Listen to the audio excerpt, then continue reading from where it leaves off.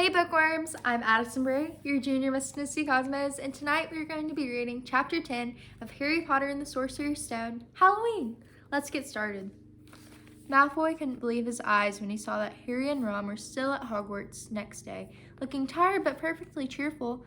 Indeed, by next morning, Harry and Ron thought the meeting, the three-headed dog, had been an excellent adventure, and they were quite keen to have another. In the meantime, Harry filled Ron in about the package that seemed to have been moved from Gringotts to Hogwarts. They spent a lot of time wondering what could possibly need such heavy protection. It's either really valuable or really dangerous, said Ron. Or both, said Harry.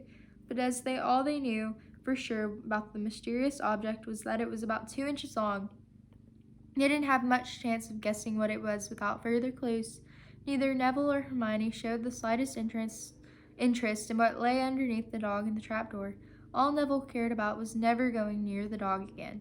Hermione was now refusing to speak to Harry and Ron, but she was such a bossy know-it-all that they saw this as an added bonus. All they really wanted now was a way of getting back at Malfoy, and to their great delight, just such a thing arrived with the post about a week later. As the usual owls flooded into the great hall as usual, everyone's attention was caught at once by a long, thin package carried by 6 large screech owls. Harry was just as interested as everyone else to see what was in the large parcel, amazed when the owl soared down and dropped it right in front of him, knocking his bacon to the floor. They'd hardly fluttered out of the way when another owl dropped a letter on the top of the parcel. Harry ripped open the letter first, which was lucky because it said, "Do not open the parcel at the table. It contains your new Nimbus 2000, but I don't want everyone knowing you've got a broomstick or they'll want one. Oliver Wood will meet you tonight on the Quidditch pitch at 7 o'clock for your first training session. Professor M. McGonagall." Harry had difficulty hiding his glee as he handed the note to Ron to read. "A Nimbus 2000?" Ron moaned enviously. "I've never even touched one." They left the hall quickly, wanting to unwrap the broomstick in private before their first lesson, but halfway across the entrance hall, they found the way upstairs barred by Crabbe and Goyle. Malfoy seized the package from Harry and felt it. "That's a broomstick," he said, throwing it back to Harry with a mixture of jealousy and spite on his face. "You'll be for it this time, Potter. First years aren't allowed them." Ron couldn't resist it. "It's not any old broomstick," he said. "It's a Nimbus 2000. What did you say you got at home, Malfoy? A Comet 260? Ron grinned at Harry. "Comets look flashy, but they're not in the same league as the Nimbus." "What would you know about it, Weasley? You couldn't afford half the handle," Malfoy snapped back. "Suppose you and your brothers have to save up twig by twig." Before Ron could answer, Professor Flitwick appeared at Malfoy's elbow. "Not arguing, I hope, boys?" he squeaked. "Potter's been sent a broomstick, Professor," said Malfoy quickly.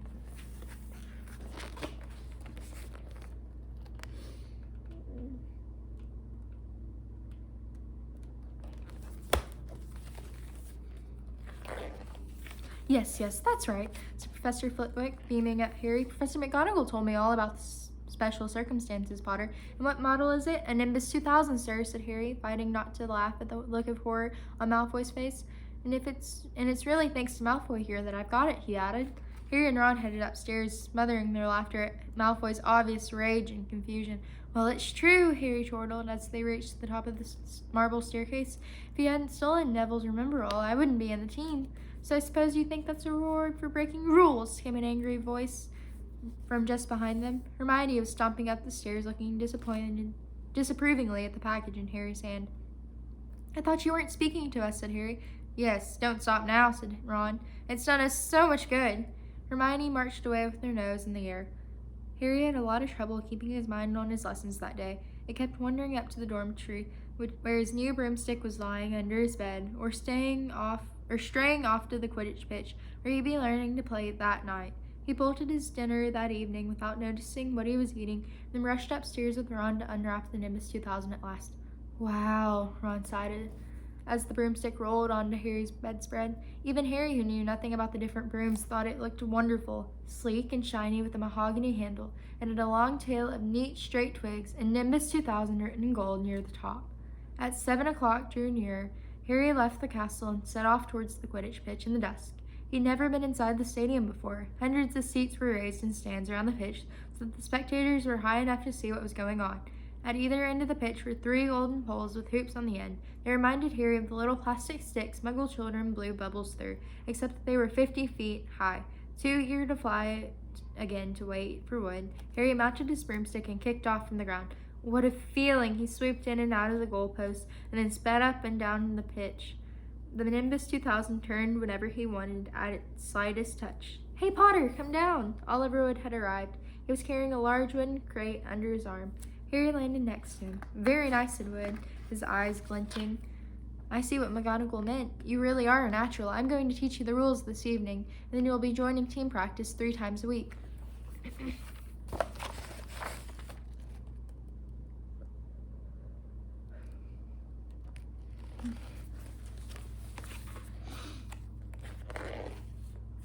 He opened the crate. Inside were 4 different sized balls. Right, said Wood. Now Quidditch is easy enough to understand, even if it's not too easy to play. There are 7 players on each side. 3 of them are called chasers. 3 chasers, Harry repeated as Wood took out a bright red ball about the size of a football. This ball is called the quaffle, said Wood. The chasers throw the quaffle to each other and try and get it through one of the hoops to score a goal. 10 points every time the quaffle goes through the hoop. Follow me? The chasers throw the quaffle and put it through the hoops to score, Harry recited. So that's sort of like basketball and broomsticks with 6 hoops, isn't it? What's basketball? Said Wood curiously. Never mind, said Harry quickly. Now there's another player on each side who's called the keeper. I'm a keeper for Gryffindor. I have to fly around our hoops and stop the other team from scoring. 3 chasers, 1 keeper, said Harry, who was determined to remember it all, and they play with the quaffle. Okay, got that. So what are they for? He pointed at the 3 balls left inside the box. I'll show you now, said Wood. Take this. He handed Harry a small club, a bit like a rounder's bat. I'm going to show you what the Bulgers do, Wood said. These 2 are the Bulgers. He showed Harry 2 identical balls, jet black and slightly smaller than the red quaffle. Harry noticed that they seemed to be straining to escape the straps holding them inside the box. Stand back, Wood warned Harry. He bent down and freed one of the Bulgers. At once the black ball rose high in the air and then pelted straight at Harry's face. Harry swung at it with the bat to stop it breaking his nose and sent it zigzagging away into the air, zoomed around their heads, and then shot at Wood, who dived on top of it and managed to pin it to the ground. See? Wood panted, forcing the struggling Bulger back into the crate and strapping it down safely. The Bulgers rocket around trying to knock players off their brooms. That's why you have 2 beaters on each team. The Weasley twins are ours. It's their job to protect their side from the Bulgers and try and knock them towards the other team. So think you've got all that? 3 chasers try and score with the quaffle. The keeper guards the goalpost. The beater keeps the Bulgers away from their team. Harry reeled off. Very good, said Wood. Have the Bulgers ever killed anyone? Harry asked, hoping he sounded offhand. Never at Hogwarts. We've had a couple of broken jaws, but nothing worse than that.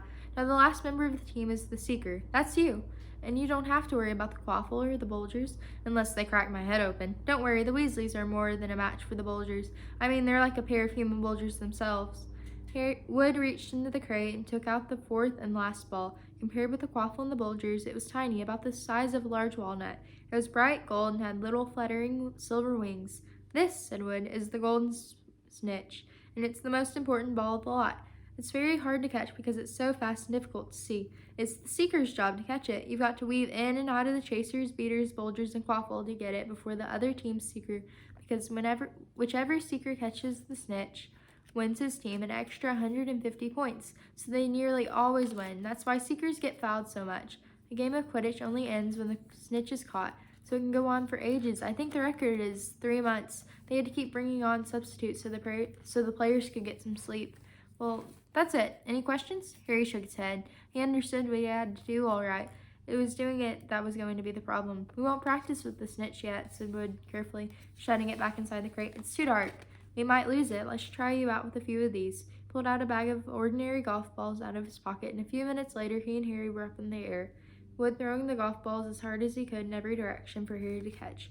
Harry didn't miss a single one, and Wood was delighted. After half an hour, night had really fallen, and they couldn't carry on. That Quidditch Cup will have our name on it this year, said Wood happily as they trudged back up the castle. I wouldn't be surprised if you turned out better than Charlie Weasley, and he could have played for England if he hadn't gone off chasing dragons.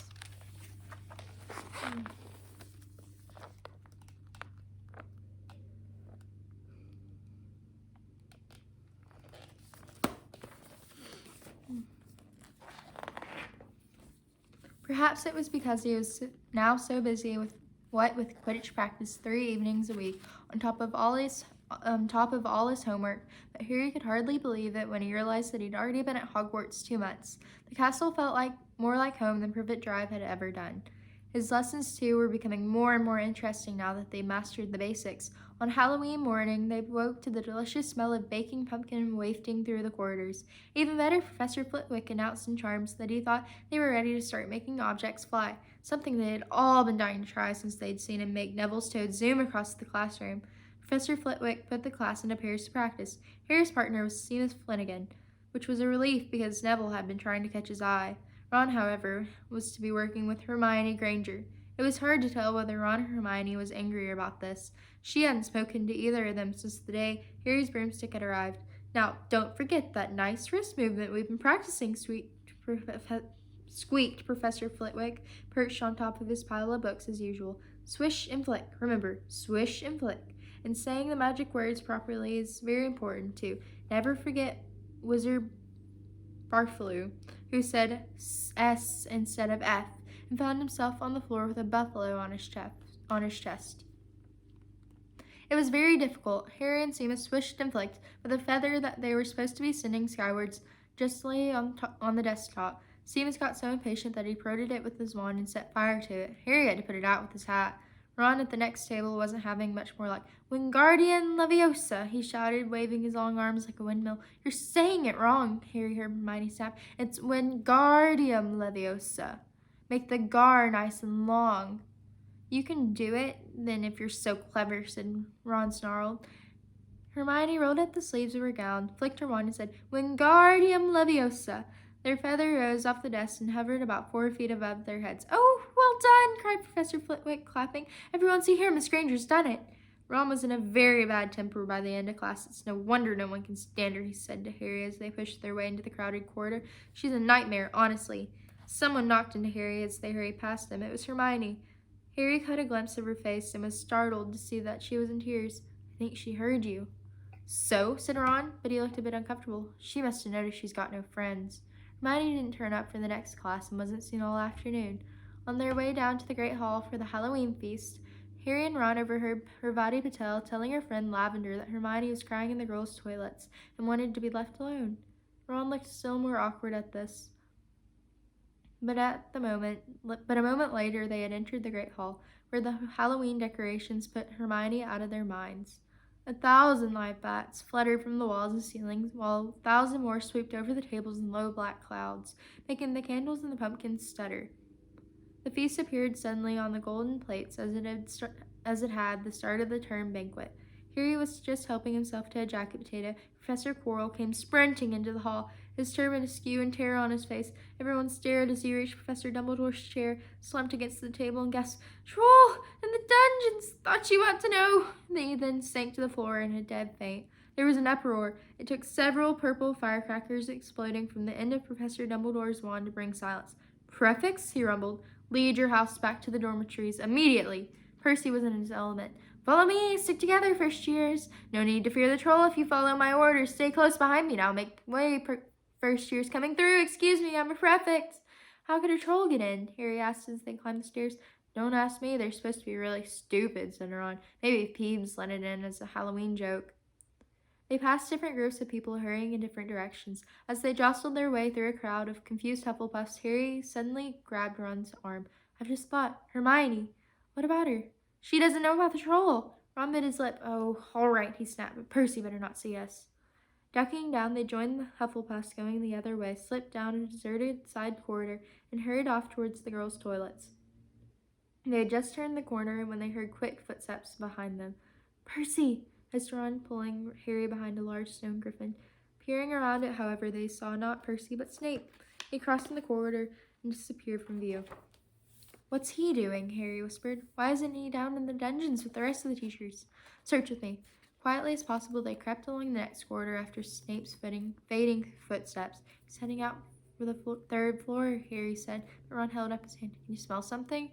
Harry sniffed, and a foul stench reached his nostrils, a mixture of old socks and the kind of public toilets no one seems to clean. Then they heard it, a low grunting, and the shuffling footfalls of gigantic feet. Ron pointed at the end of the passage to the left. Something huge was moving toward them. They shrank into the shadows and watched as it emerged into a patch of moonlight. It was a horrible sight. 12 feet tall, its skin was a dull granite gray. Its great lumpy body like a boulder with its small bald head perched on top like a coconut. It had short legs, thick as tree trunks, with flat, horny feet. The smell coming from it was incredible. It was holding a huge wooden club which dragged along the floor because its arms were so long. The troll stopped next to a doorway and peered inside. It waggled its long ears, making up its tiny mind, then slouched slowly into the room. The key's in the lock, Harry muttered. We could lock it in. Good idea, said Ron nervously. They edged toward the open door, mouths dry, praying the troll wasn't about to come out of it. In one great leap, Harry managed to grab the key, slam the door, and lock it. Yes! Flushed with their victory, they started to run back up the passage, but as they reached the corner, they heard something that made their hearts stop. A high, petrified scream, and it was coming from a chamber they'd just locked up. Oh no, said Ron, pale as the bloody bear. It's the girls' toilet, Harry gasped. Hermione, they said together. It was the last thing they wanted to do, but what choice did they have? Wheeling around, they sprinted back to the door and turned the key, fumbling in their panic. Harry pulled the door open. They ran inside. Hermione was shrinking against the wall opposite, looking as if she was about to faint. The troll was advancing on her, knocking the sinks off the wall as it went. Confuse it, Harry said desperately to Ron, and seizing a tap, he threw it as hard as he could against the wall. The troll stopped a few feet from Hermione and lumbered around, blinking stupidly to see what had made the noise. Its mean little eyes saw Harry. It hesitated, then made for him instead, lifting its club as it went. Oi, pea-brain! Yelled Ron from the other side of the chamber, and he threw a metal pipe at it. The troll didn't even seem to notice the pipe hitting its shoulder, but it heard the yell and paused again, turning its ugly snout towards Ron instead, giving Harry time to run around it. Come on, run, run! Harry yelled at Hermione, trying to pull her towards the door, but she couldn't move. She was still flat against the wall, her mouth open with terror. The shouting and the echoes seemed to be driving the troll berserk. It roared again and started towards Ron, who was nearest and had no way to escape. Harry then did something that was both very brave and very stupid. He took a great running jump and managed to fasten his arms around the troll's neck from behind. The troll couldn't feel Harry hanging there, but even a troll would notice if he stuck a bit of wood up his nose. Harry's wand had been in his hand when he jumped. It had gone straight up one of the troll's nostrils. Howling with pain, the troll twisted and flailed its club, with Harry clinging on for dear life. Any second, the troll was going to rip him off or catch him a terrible blow with the club. Hermione had sunk to the floor in fright. Ron pulled out his own wand, not knowing what he was going to do, when he heard himself cry the first spell that came into his head. Wingardium Leviosa!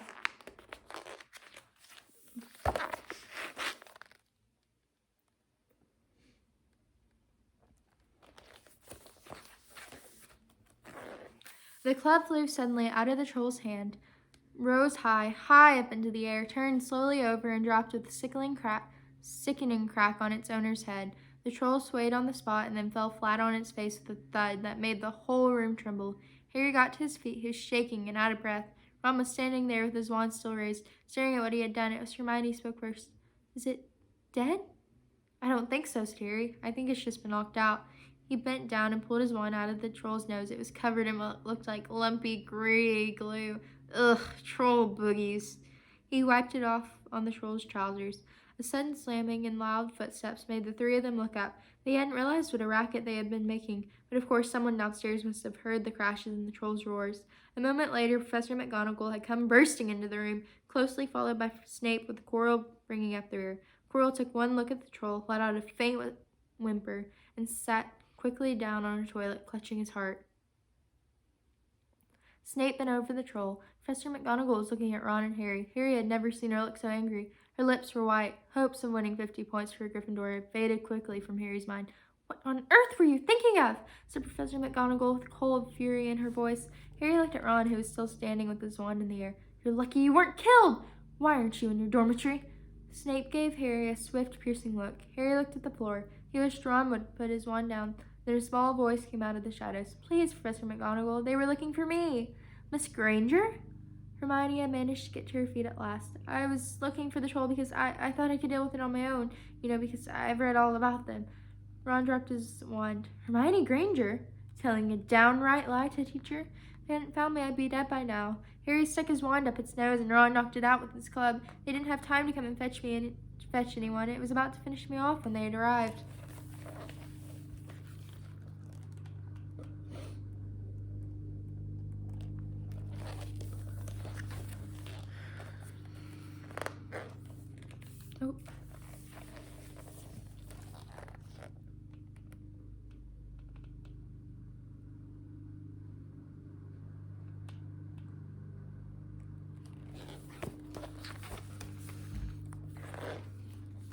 Harry and Ron tried to look as though this story wasn't new to them.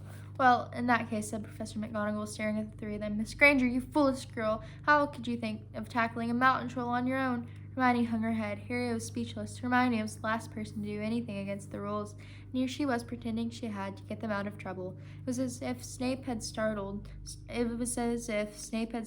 handing out sweets. Miss Granger, 5 points will be taken from Gryffindor for this, said Professor McGonagall.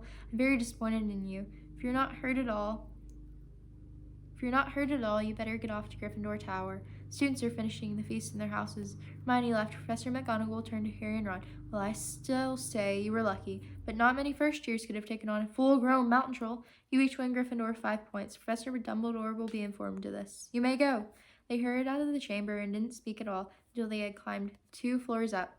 It was a relief to be away from the smell of the troll, quite apart from anything else. We should have gotten more than 10 points, Ron grumbled. 5, you mean, once she's taken off Hermione's. Good of her to get us out of trouble like that, Ron admitted. Mind you, we did save her. She might not have needed saving if we hadn't locked the thing in with her, Harry reminded him. They had reached the portrait of the fat lady. Pig snout, they said, and entered. The common room was packed and noisy. Everyone was eating the food that had been sent up. Hermione, however, stood alone by the door waiting for them. There was a very embarrassed pause, and then none of them looked at each other. They all said, thanks, and hurried off to get plates. From that moment on, Hermione Granger became their friend. There are some things you can't share without ending up liking each other, and knocking out a 12-foot mountain troll is one of them. Thank you so much for joining me today, bookworms, and have a great rest of your night. Bye!